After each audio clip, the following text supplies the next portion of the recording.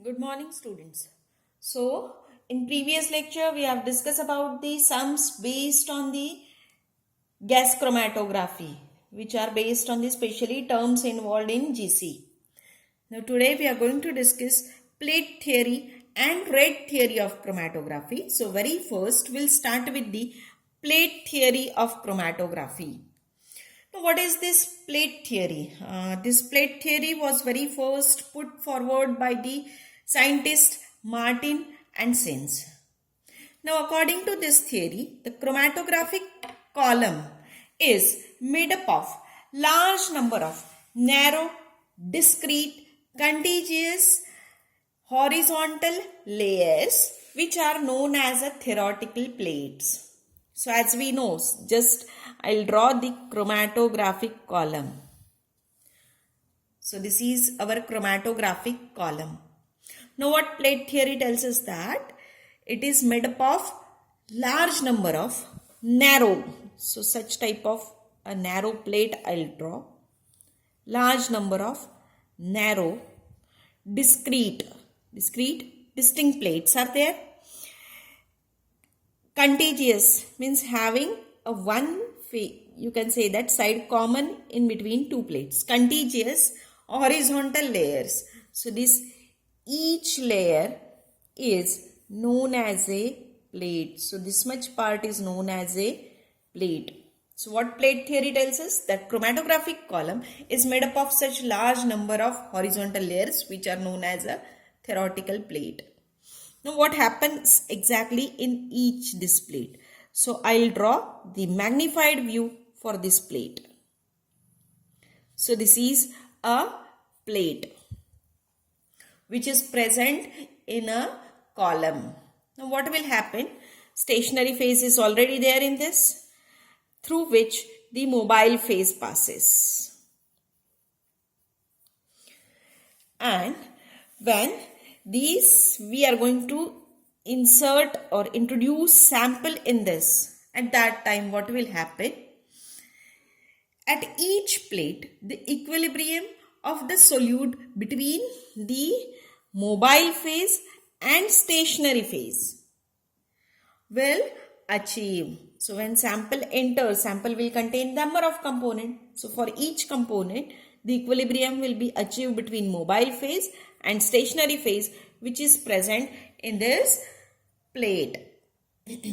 So movement of solute down the column is treated as a stepwise transfer of equilibrated mobile phase from one plate to the next. So what will happen? Along with the mobile phase, sample will enter into this plate.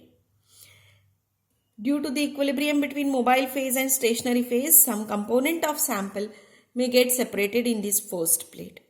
Then the sample will go to the next plate.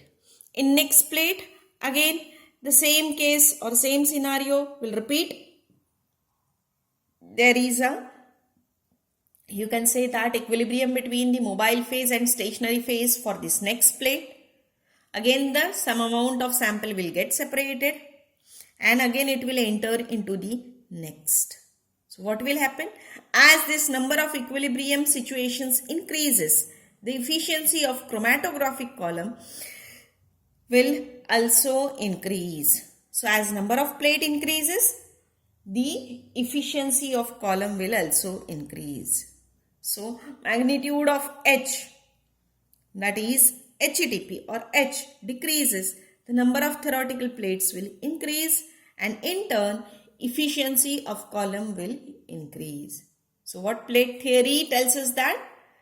As the column contains more number of plates, it will gives you but more and more better result. But this plate theory or plate is a theoretical concept. It is not a physical reality. It does not exist in the column. But theoretically, the separation achieved is expressed on the basis of this plate theory. Now, we are going to discuss next, that is rate theory. of chromatography.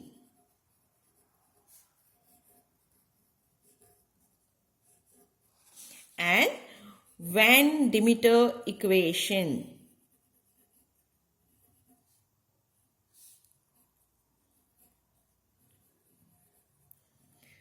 Rate theory of chromatography and Van Demeter equation. So what this rate theory tells us and Van Demeter equation tells us, that we are going to discuss. So if chromatographic column is truly ideal, then number of theoretical plates will be more and more, or you can say that there will very high number of theoretical plates will be there, and the plate width, that is the height of the plate or HETP or H value, is small.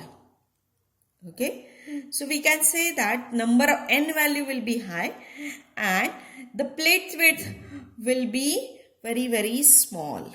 And due to this, what will happen when plate width is very small, at that time this is a chromatographic signal and this is, you can say that, TR or VR. At that time what will happen? Instead of getting such type of broadened peak, you will get a very sharp peak where the width of the peak will be very small, or you can say that it is a negligible. So to explain this, dozens of mathematical expression relating plate height to column variables were put forward, and they are applied with the varying degree of success. But none of the theory or none of the equation are entirely adequate to explain the complex physical interaction and effect that leads to band broadening, or you can say that this width which is obtained in the peak, or which is also known as a zone broadening. Now some are though imperfect, but they are of considerable use, and out of that one is Van Demeter equation, which is known as a Van Demeter equation. So now what Van Demeter equation tells us, that we have to discuss. Okay. So number of theoretical plates and width of the peak at the bottom depends on the column length. The component molecules. Now what will happen in a chromatographic column, that already I have told you that this is a stationary phase. Mobile phase passes through the stationary phase, and along with the mobile phase we are going to introduce the sample. So when sample is introduced, at that time sample will travel through each of this plate and the separation of the sample will be achieved. Now what happens when the separation is achieved? Later on, along with the solvent, the sample will come out of the column. So when it comes out, at that time it is detected by the detector. But when it is detected by the detector, we always get such type of broadened peak. So we are going to discuss why such broadened peak is there.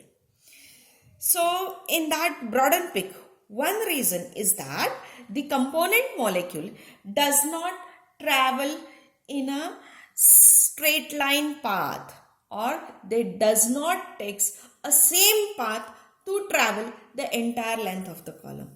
Why they are not going to take the same path? What will happen? Suppose this is a column. It is filled with such type of stationary phase. So what will happen? Suppose this is a band of separated, you can say that, component. When these components are eluted at that time, see, some molecules will take this path. Some will take this path. Some will take some another path. So what will happen?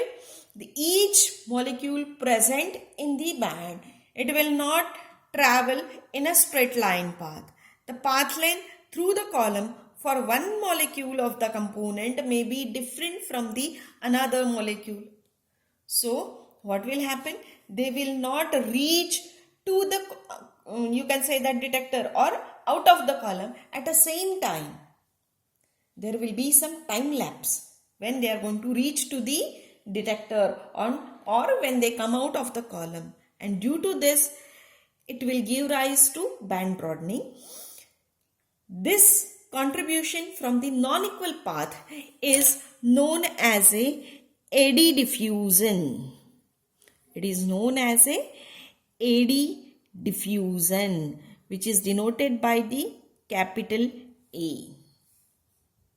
Which is denoted by capital A, eddy diffusion.